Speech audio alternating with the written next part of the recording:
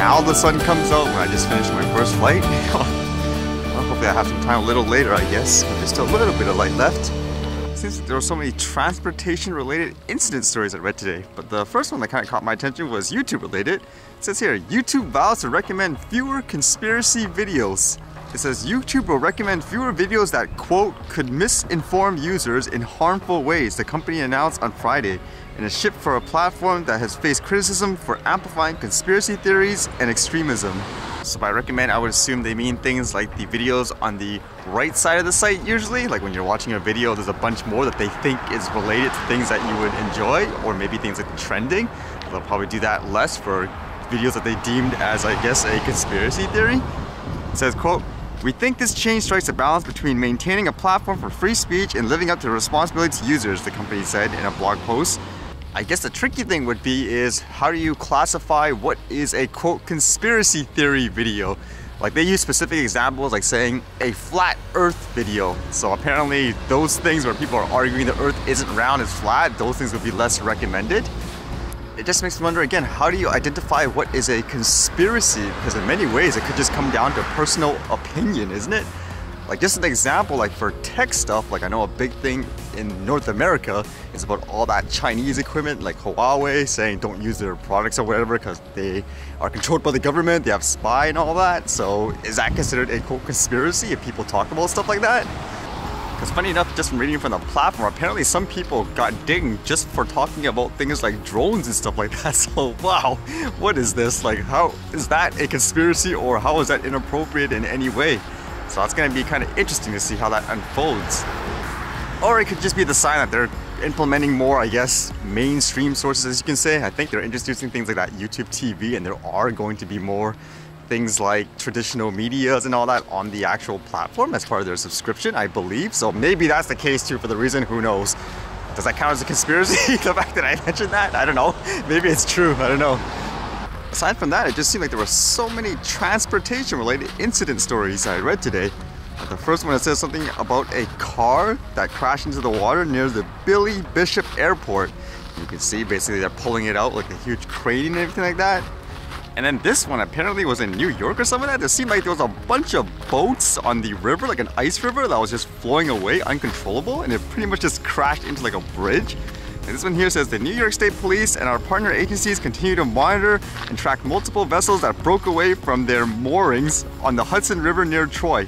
Pictured is the Captain J.P. Morgan, which has come rest against the Livingston Avenue Amtrak Bridge. So you can see those actual videos of it too. It seemed like some of them were captured by a drone. Can you imagine that if you're actually in the boat and there's nothing you could do? Just slowly watch it as it crashes into the bridge.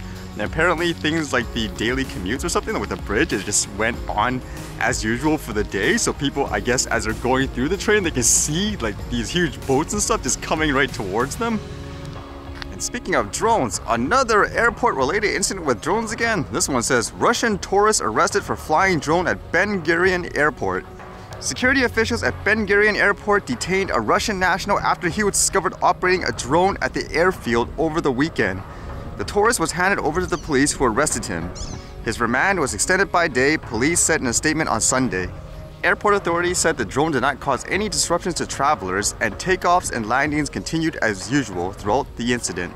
So I guess one of the bigger differences between this one and everything else at the Gatwick, I guess they didn't have a huge hysteria like shut the airplanes down. Basically they continued business as normal, and they basically just apprehended the person who flew the drone within the airport and all that. That's the way it should be, in my opinion. Just deal it on a case-by-case basis. No need to freak out like someone's dropping a bomb or something on you.